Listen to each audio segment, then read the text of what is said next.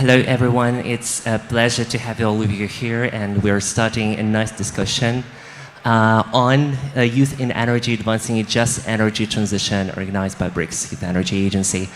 Thank you very much for being with us today. My name is Alexander Gromish, and I'm a chairperson of the BRICS Youth Energy Agency. We are doing global engagement of youth in the global south into the energy transition and working with the BRICS states on this matter. And today with us, we have representatives from UAE, we have a representative from Saudi Arabia and Egypt. Let me introduce ourselves. We have Hur Ali, COP28 Youth Climate Delegate.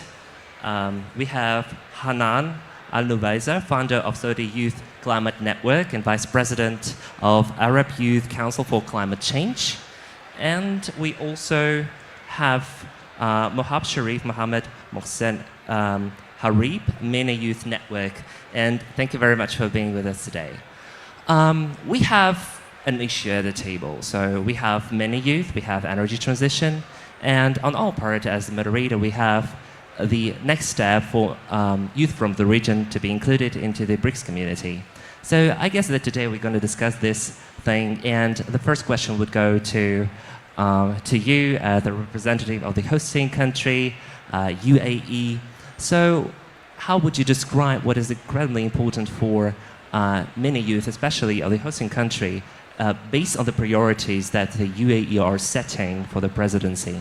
And how would you describe the main anticipation of the young people, young energy professionals in UAE about further working with young people from the global south, in particularly BRICS nation? Thank you.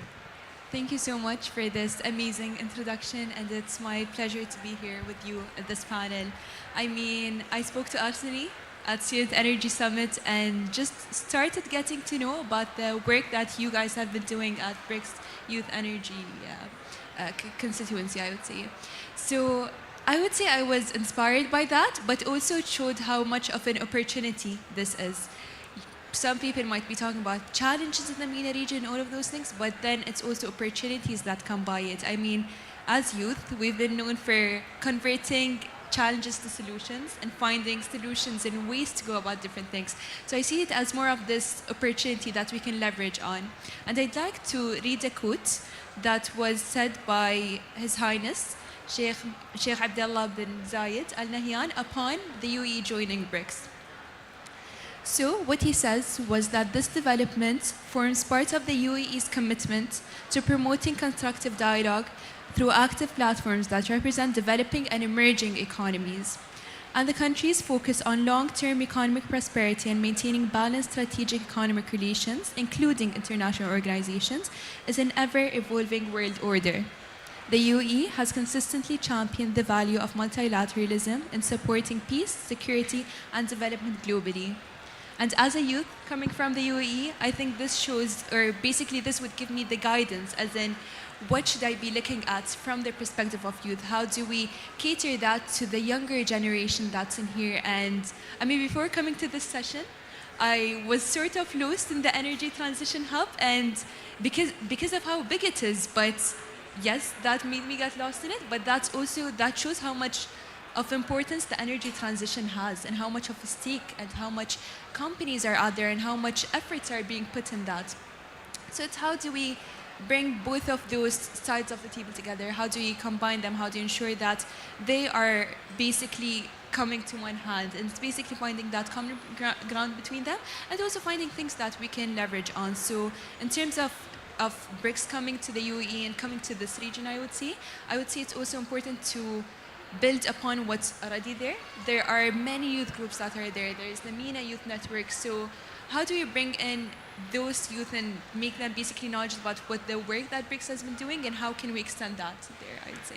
Yeah, thank you very much. Especially this is something that we are also exploring between ourselves, as we are kind of trying to anticipate how it's going to be look like, because there is like the community that's been existing throughout the years, and we are having completely new region, so countries like Saudi Arabia, like UAE, Egypt, with own set and approach towards the energy transition. And this is something that we like to include starting from January the 1st. Mohab, the second question goes to you. You are representing the MENA region, and actually the MENA the MENA constituency, right? Um, I, so I'm actually thinking about the previous presidency in COP, so it was Egypt, right? And today we are here at COP28, taken that we are focusing around the energy transition, energy-related topics. And climate is one of those where actually energy has a lot of impact. How the approach, starting from COP27 to COP28, has changed on the youth level, and what do you think has to be delivered within, let's say, BRICS community, taken that Egypt is going to be there from the 1st of January? Thank you. Yes, I would say that the COP27 we achieved many milestones. First, that we are initiating discussion on just transition. So we have all the data, we have all the resources out there, and we actually are starting to engage youth, many youth-led initiatives over the past year under the Egyptian presidency made remarkable achievements. And I had the pleasure as well to see a session moderated by my colleague here, Hor, with His Excellency Shambad, where he talked about showcasing youth-led initiatives. I think that the BRICS has a great potential, including just and equitable initiatives that delivers for community. Let's bear in mind it's not only an economic impact, it's an opportunity to provide more and more meaningful socio-economic, let's say, socio-economic trade, socio-economic solutions. We can solve it. It's not just the economic side of it, the social side of it. You want to have a clean air. You want to have a clean place to live in. So I would say including youth and the community is a primary aspect of why we are doing just transition. We're not doing just transition for this generation. We're doing a just transition for the generations to come, to become more adaptive to climate change as a whole. So I would say what changed from COP27 to COP28, you can just look around, like what Hor mentioned, look around you. Many young people are very engaged and interested in engaging more in the space. Many young people are promoting solutions. We are sick of having text.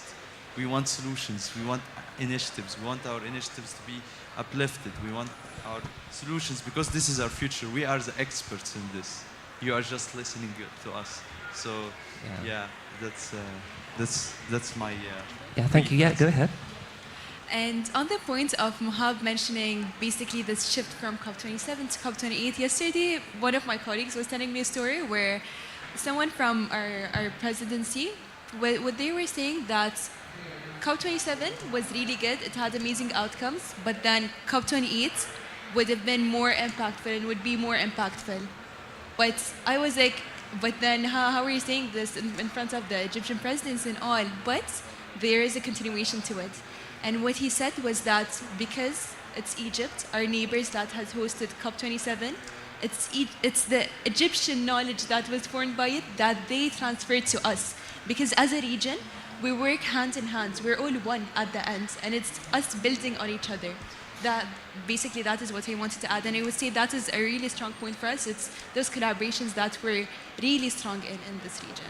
Yes, just one thing to add on to that. Yeah, we are all connected, and for reference, the MENA region mostly speaks the same language. So I really add on to that we can collaborate together, we can deliver for the community together. So we are connected with the UAE in many more ways, and with Saudi Arabia as well. So yeah. Thank you very much. I guess we have to bring this knowledge into this community that is going to be where you're going to be actually vivid in the next years, and we have to really shape how this knowledge can be also adapted to the value set that we have in Brazil, Russia, India, China, South Africa, and where there is a synergy. It's especially important on the way forward. I'd like to invite Hanan to this conversation, and you are representing two major organizations in your country, which are focusing on young people, and one of those was funded by you. And my question comes to the fact that actually you have to be attractive young people in terms of energy transition. You have to understand how to engage them into the process. And taken that you founded one organization, another one where you're vice president, I guess you are the one to cover what the instruments are in terms of bringing young people on board in MENA region. What is attractive? What we have to take into account when working with young people from MENA starting from the 1st January. Thank you. Thank you. So I think working across not only countries but regions, so it's not just at the MENA level, but now since Saudi Arabia joined BRICS, it's at a global level. I feel like this is an incentive to expand the Saudi Youth Climate Network's targets beyond not just Saudi and MENA, but also globally. And what this means is actually finding out what are some of the youth demands of Saudi youth in relation to the just transition and the decarbonization, especially since Saudi Vision 2030 plans to become fossil fuel independent or move to renewables at least by 50% by 2030. So I feel like being involved with BRICS and having that shared goal is a huge incentive for our nation. Young people in Saudi Arabia really do follow the government's direction and take it very seriously and to heart. So with that, we would try to potentially come up with incentive programs, some training workshops, also so fostering some collaboration opportunities with the MENA Youth Climate Network, with the BRICS Youth Agency, Energy Agency, and so on and so forth, coming up with some mobilization opportunities and capacity building opportunities. And hopefully that will build some momentum as we move towards our Vision 2030 goals. Thank you, Hannah, very much. This is actually exciting that we can also take into consideration the country perspectives when we are working with young people. So it's, well, at BRICS YA, we work somewhere in between because we are trying to have the vision of the governments and also have young people on board, in particular those who are change makers, who take not striking, to be honest, but also solution focused. And this kind of cooperation with local organization might be of great value. I have one question actually to have some common ground in our discussion, and it has a lot to do with something that we've discussed at the BRICS Youth Energy Summit back in August this year. We've talked a lot about this just energy transition. So we've actually had a number of discussions identifying what this just term is, because in different countries it's pretty much differently understood. And we found the ground in the South Africa that just has to be about people, have to be about really what people in this specific area of their residence want, to have access to modern sustainable energy. So what is the perception in each of your countries towards the just energy transition? How would you define it? Would it be important to take into consideration when bringing young people on board of the just energy transition? So who are starting with you? I mean, I would say this is a very crucial question. Thank you so much for asking it. And I would say from our perspective, it comes down to how do we balance the demand with the just transition vision, I would say, in a way, as in we envision a future that basically runs on renewable energy, that's where everyone is energy secure. But how do you balance between having energy security for everyone, but then at the same time transitioning and ensuring that all the technologies that we have currently, I mean, with them being emerging technologies, their price might be a bit higher than the things that were there back in the time that were around for decades and maybe centuries. So I would say what we can do is, first of all, use our knowledge and see as in what ways can we, for example, enhance the life of a solar panel? In what ways can we enhance how it's made and the resources that are used in it? I mean, for example, also another example is how electric cars are emerging currently. And with electric cars, it's, I would say, a give and take, as in, for how long would you use the car for it to be, in a way, I'm not sure how to phrase this, but for it to be more energy efficient than a normal car that runs on gas, because at the end of the day, when you're measuring the carbon footprint of something, you're not just measuring it by putting a valve or what's it called? The thing that something that measures it beside the car engine, but it's rather the whole system from where it started and from where it was created from.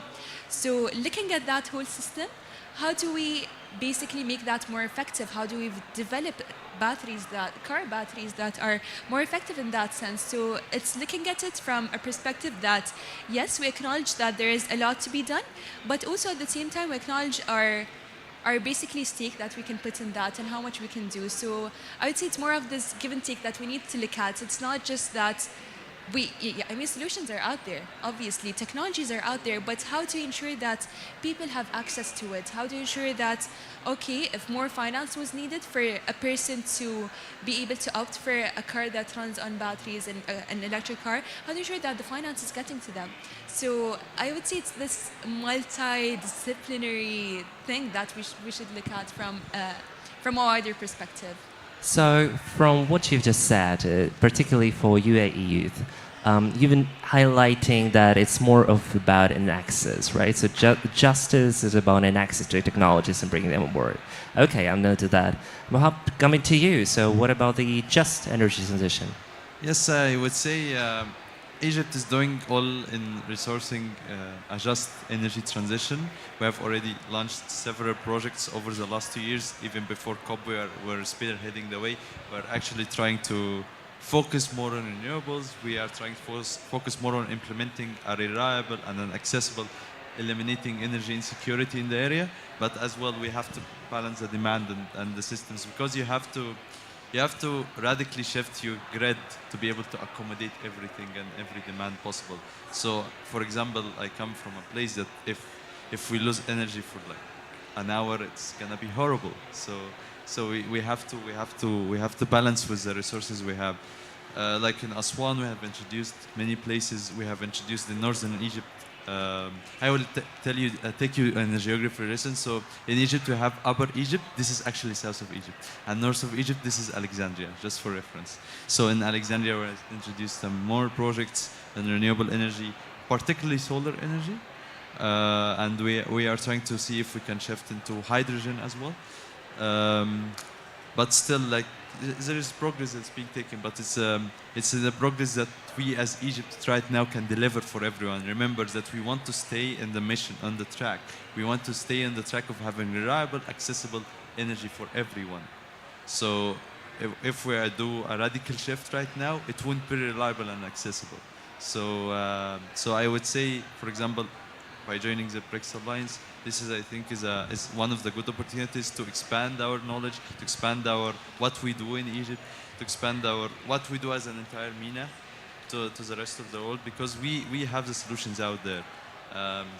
But as Hor mentioned, we need more resources. We need more, especially on finance and investment, in ensuring that this reliable energy resource continues. We don't want to just have it for 1 year and we can no longer afford it. So it's gonna happen eventually, but it's gonna take some time, and I would say our approach is more of a transformative community approach. So yeah, that would be my brief answer to that. Yeah, Mohab, I just would like to ask one more side question for you, because this is also incredibly important for the just energy transition, since Egypt is constructing its first nuclear power plant, and what young people in Egypt do think about that in terms of, let's say, having its contribution into the decision made, and also bringing the solutions for climate change. What young people of your age think about this capacity building, nuclear capacity building in the country? Yeah, you chose the hardest question to ask me anyways. I would say what we think in Egypt would differ from what I already previously said. If it's reliable and accessible, I think we can use it, but obviously there are some harms involved. So if these harms oppose what we as Egyptian youth want for the future, I won't say we won't use it. So this would be my answer right now for it. But I've seen it, and I've seen that we have as well introduced some nuclear projects. Actually, a few friends of mine work in this, but I would say that what we should really focus on in the next few years is to ensure that we won't repeat the same mistakes that we did with the previous fossil fuel industry. And Yeah, if we do the same, we're gonna come after a few years. We're gonna be discussing just out of renewable energies. We don't want that. Okay, thank you, Muhab. Yeah, I just wanted to highlight that just, I guess, yesterday or like a day before, we had an interaction with the Minister of Mines and Energy of South Africa, and he noticed this very clear statement that I really like, that nuclear is a net zero partner to renewables. So maybe we could also take from there that this could be something that would include into our agenda next year. Getting back to the just energy transition, I'd like to get to Hanan. So what might be just defined in Saudi Arabia? What young people think about this justice in the energy transition? How would you define? Thank you. So, for those of you who don't know, Saudi Arabia has developed the Saudi Green Initiative project. It's a very highly ambitious, I wouldn't even say project, it's a nationwide initiative. Actually, there's a Saudi Green Initiative pavilion here in the Green Zone. It's one of the bigger pavilions in the Green Zone. It showcases a lot of our initiatives and targets. We do have a clear-cut pathway to our just transition, and again, echoing what my colleagues Muhab and Hood said, just transition varies in definition for each country, but there's a shared common goal. So for us, one of our bigger targets is to reduce our carbon emissions by 278 MTPA by the year of 2030. We also plan to plant 10 billion trees across the entire Saudi Arabian region. If you don't know, Saudi Arabia is mostly a desert. So I'm currently based in Riyadh, and we are already seeing the greening happening. It's helping with the cooling. A lot of private sector and public sector and government agency companies, all of them are working together to make sure these targets are met. We also are working hard to protect marine and land by 30% at least. So we've also managed to revitalize. I know biodiversity isn't really relevant to just transition, but I just want to share some of our targets for the SGI, or Saudi Green Initiative. So we've managed to bring back some of the endangered species, the Arabian leopard. Also, Saudi Arabia is planning to be the largest exporter of green hydrogen. This is one of the Public Investment Fund's project's goals, NEOM. Some of you may have heard of NEOM. It's a highly ambitious project. So the hydrogen mega plant plans to produce up to 600 tons of carbon-free hydrogen in the form of green ammonia and be the largest exporter of that.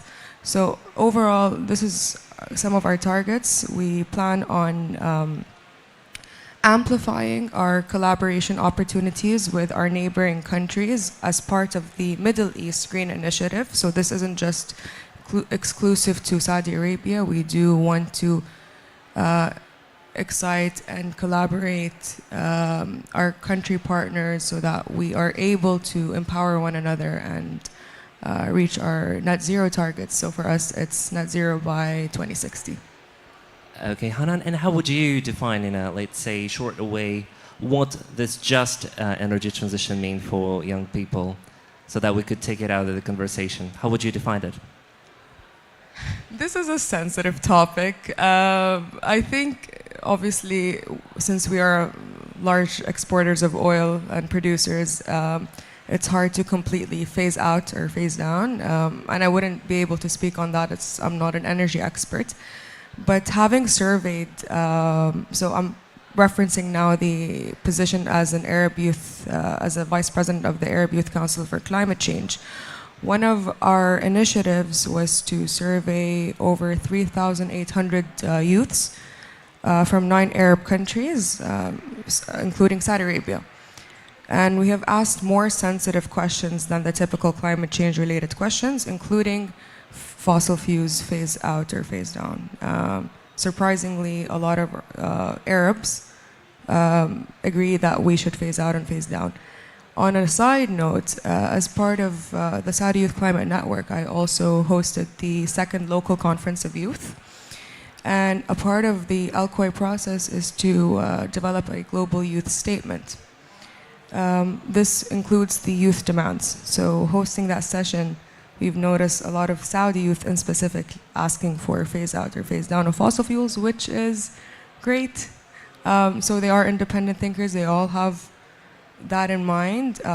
Whether or not we follow the West's approach is a different question. We may have a different way of reaching it, but we do want to eventually move away from fossil fuels. Yeah, thank you, Hanan. Especially this is important to also take into note that there are different, let's say, communities who are either, let's say, inclined more towards urgent climate action or like more or less towards just energy transition, taking into consideration that there are also clean energy technologies that would also enable those countries that are heavily reliant on oil and gas production export to also make it a part of the solution for climate change or decrease the negative impact on the climate and environment. So we have some time before we close, and we'd just like to highlight one third question, which is incredibly important to bring young people's perspective on board when we are talking about our decision-making processes and how we systematically include young people into the decision-making. So this is the outlook, this is the research that we've been driven by BRICS YA throughout the years to have more of young people's opinions to the tables of the ministers and also heads of state. So I would just like to ask you with a short intervention, just like 2-minute or 3-minute time, what you would call as a key issue that you would like to research, what like a challenge that young people in your specific country might be defining as a crucial issue to be investigated in line with the climate change agenda or the energy transition that has to be taken into consideration next year, has to be highlighted and put to the tables of your specific minister in your country. What would it be? So we started with you. Thank you so much. I mean, for me, I was part of the organizing team in Student Energy Summit, and Absani was there. I met him in there. I got to know the BRICS community from there, basically. And what I saw from basically working on that summit, it's one that focuses on an energy transition. What are the technologies that are there? What are the solutions that are out there? So what I got to know is basically, I'm coming back to the point that I mentioned earlier, is that solutions are out there. We have the solution in front of us, but how do we make it accessible? How do we make it affordable? How do we make it basically reachable by the community? And I would say that is something that I would like to go further into. How do we ensure that there is accessibility and there is something that meets the demands of the maybe developing world, the developed world, somewhere that both sides, I would say, of the world can meet and can reach to. So one thing with it is that with demands, there has to be, I would say, more quantitative data that we can go back to. I mean, if you demand a just energy transition, how does that look? As Mohab mentioned, that looks different for each and every country, because each and every country has basically its own economic base, I would say, and something that they're depending on. So how does that look for all of those different countries? And from my perspective, from a youth from the UAE, I would say we are ready to have that renewable energy transition. But again, it comes down to the demand that is out there. People still need that dependency. So it's how do we ensure that it's a just transition, I would say. Yeah, thank you very much. Coming to you, Mohab. I was going to say that. Okay, I would say how we do ensure that when we are transitioning, we're not leaving the communities that are not meeting the basic needs of energy access right now. Like I come from a country that's still not entirely covering every place with enough and sufficient energy systems. So this comes where we need a radical shift in the grid and fast and immediate. But we have to bear in mind that we can afford that, it's reliable, it's accessible. So if we manage to solve and reach a resolution with each and every country in these critical questions, I would say that we are okay and we are all on board on transitioning, and it's already a vision. We want a clean future for everyone. Like years ago, Egypt had a massive air pollution. I grew up in a place that had air pollution. So I don't want to have this future for my children. It's quite like tragic to wake up and you can see the street, for example. So I would say that energy transition is not just a challenge, it's an opportunity. It's an opportunity to provide everyone with a better social standards. And let's not look at it as just the economic side of it. We have to look at the social aspect of it. We have to look at the environmental aspect of it. And then I think we will reach solutions. Let's build the foundations this time in the right way. Then I believe we are gonna reach a resolution. Other than that, I wouldn't say that it's realistic or reliable. So thank you. So the main, let's say, research area would be around energy transition. What aspects have to be in there from the perspective of Egypt, right? I would say my main area and the main area of Egyptian youth to look into is to, as I mentioned, to how we can actually make communities learn and reach to these energy resources with fellow countries. We already, as I told you, we already have the data. We need obviously more data on resourcing this efficiently, but I would say this is the main focus, that we need to focus on how to make the communities as much as possible resilient to any energy challenge, to any climate challenge in the upcoming years. We don't want to always go in cycles, you get me? Yes, so I'm noting it as a social aspect of the energy transition, right?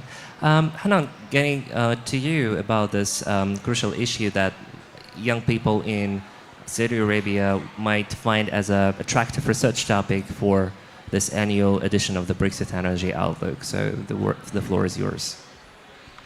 I think, so I'm going to speak from the nation's perspective first. I think we should focus on PPP, public-private partnerships, but also not leave out civil society. We noticed that there's a huge gap in civil society, specifically youth-led non-governmental organization or youth-led NPOs. Having those actors will be crucial because they are the ones who are actually mobilizing and showing firsthand, on the ground impact.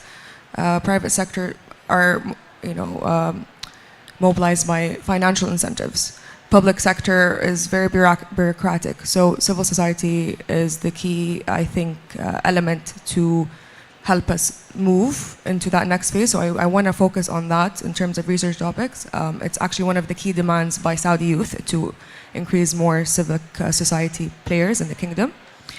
And from the youth point of view, I think just having more technical education programs and in their universities or even at high school level is a great way to engage them early on in the various fields of the green energy and the green transition, from hydrogen to the mobility sector to everything. So making sure they have first-hand experience at school and also on the field at factories will be great to push them forward as we aim to have a minimum of 1 million green jobs by 2030. Thank you, Hanan, very much. Especially important topic to address the private-public sector partnership, because especially when you are targeting young people's solutions, sometimes it's a lot about bringing young people on board with funding, financing these solutions, because young people today, even starting like 17 from 18 years old, have workable solutions that in the topic of this specific conference can really resolve the climate emergency. And this is where actually this kind of partnership might help. So we are finalizing our session for today. I would just like to have short remarks related to what we've been through. Today we've discussed the MENA region approach. We had a special guest from Saudi Arabia, UAE, and Egypt.